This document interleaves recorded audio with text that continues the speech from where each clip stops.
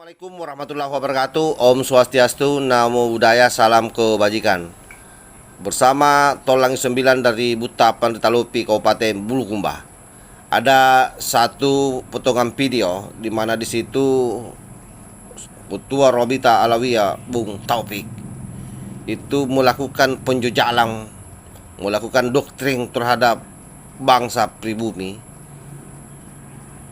dan betul-betul dalam doktrinnya itu betul-betul sepertinya pribumi ini sudah tidak dianggap lagi. Awalnya dia bercerita soal bagaimana banyak orang katanya yang memfitnah ke sana kemari para habaib, padahal tidak ada yang memfitnah para habaib. Yang ada itu adalah hasil penelitian Kiai Imad yang kemudian jelas bahwa ada 550 tahun terputus nasab sesuai dengan apa yang menjadi hasil penelitian Kiai Imad. Dan lebih mencengangkan lagi, terakhir ini ada lagi satu website dari Yaman yang itu juga sudah terbongkar di media sosial, dan itu lebih parah lagi karena kurang lebih 700 tahunan selisihnya yang tidak tertulis, lalu kemudian tiba-tiba muncul di abad ke-12. Nah, hal ini membuat para habaib yang memang kerjanya hanya mengukuhkan identitasnya kelimpungan, dan seolah-olah dalam situasi seperti itu menuduh ada orang yang melakukan adu domba, dan ujung-ujungnya kembali melakukan pengukuhan identitasnya.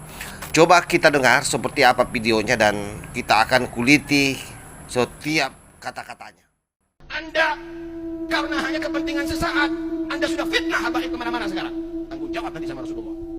Bung Taufik ini sepertinya lupa bahwa kenapa kemudian ada penelitian Kiai Imad itu ulah dari oknum-oknum habaib yang bocil-bocil atau kader-kader kalian yang sepertinya abai dengan adab. Perilakunya sangat jauh dari apa yang dicontohkan oleh Rasulullah Sallallahu Alaihi Wasallam. Lalu selalu berteriak-teriak bahwa di dalam darah kami ada mengalir darah Rasulullah. Jadi Anda harus tahu itu. Jangan kemudian menganggap bahwa ketika itu dilakukan oleh Kiai Imanuddin, ini jelas keilmuan, ini bukan fitnah. Justru kalianlah yang acap kali memfitnah ulama-ulama Nusantara, dan itu kami punya catatannya, kami punya jejak digitalnya. Kami dan datuk-datuk kami tidak pernah mengajarkan kebencian kepada siapapun. Kami datang ke Indonesia bukan untuk menjajah kepada Anda, tapi kami dan datuk-datuk kami semuanya datang kepada Anda untuk mencetak ulama, kiai-kiai ada di Indonesia. Ini tambah ngawur lagi ini. Boleh jadi Anda bicara seperti ini kalau misalnya kami tidak paham sejarah. Pada sisi mana Anda mengatakan bahwa Anda tidak datang menjajah kami?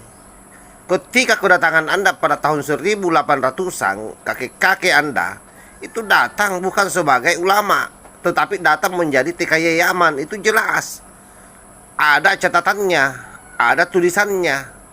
Dan bagaimana kemudian dato Anda semua itu menjadi mufti Batavia, dan itu dibentuk oleh Belanda. Bahkan dia menerima lencana penghargaan dari Belanda dan menerima gaji dari Belanda.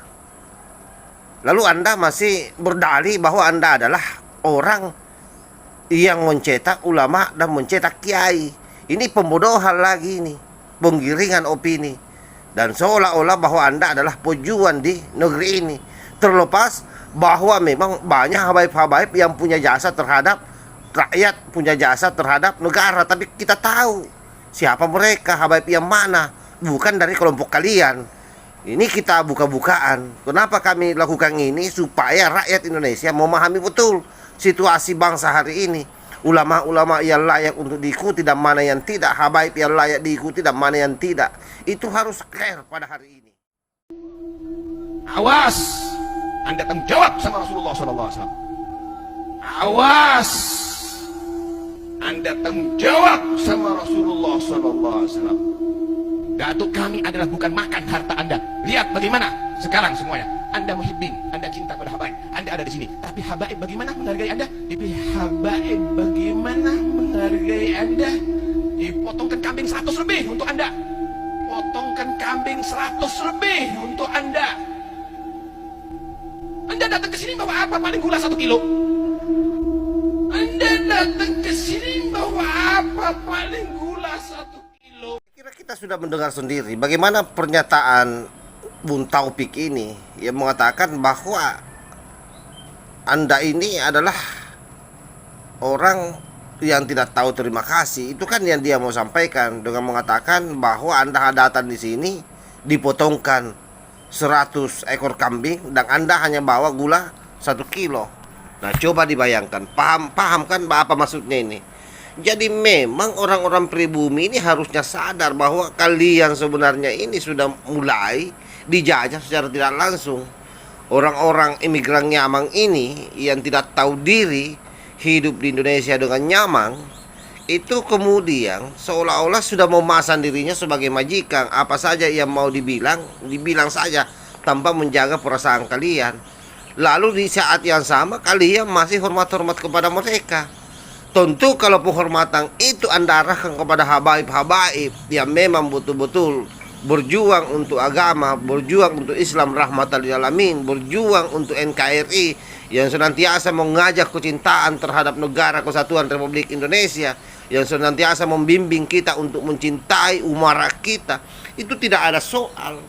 Tetapi kalau kemudian orang-orang seperti ini yang kalian puja-puja, yang kalian puji-puji, yang kalian anggap muhibing, ini memang sudah keterlaluan. Jadi terjadi hari ini pembodohan secara massal itu efek dari kalian sendiri. Karena itu kalau saya pesankan, saya bisa memberikan masukan kepada kalian semua yang sudah terlanjur tercengkram kepalanya, berpikirlah.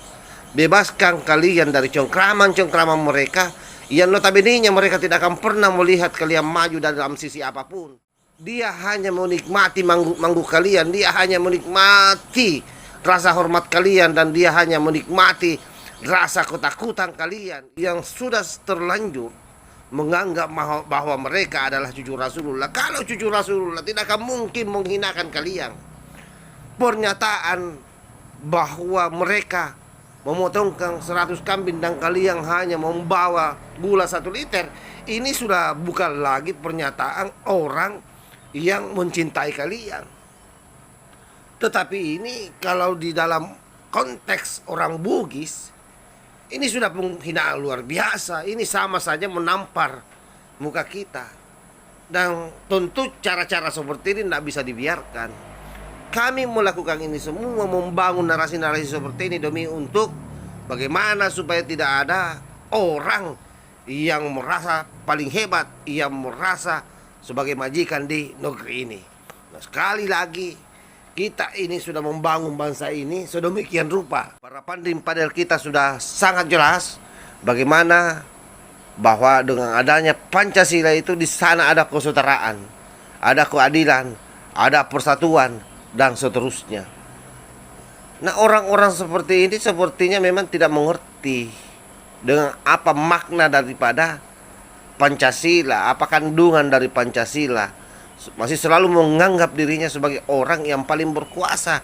Dan ironisnya lagi, karena menggunakan ancaman atas nama Nabi. Ini kan sangat berbahaya. Jadi memang apapun yang menjadi dalih dari mereka, apapun yang menjadi alasan-alasan mereka, argumentasi mereka, pada prinsipnya cuma satu. Mereka datang di Indonesia ini melakukan pengukuhan identitas seolah-olah mereka adalah pejuang, seolah-olah mereka adalah orang yang paling berjuang menjadikan banyak ulama-ulama di Indonesia.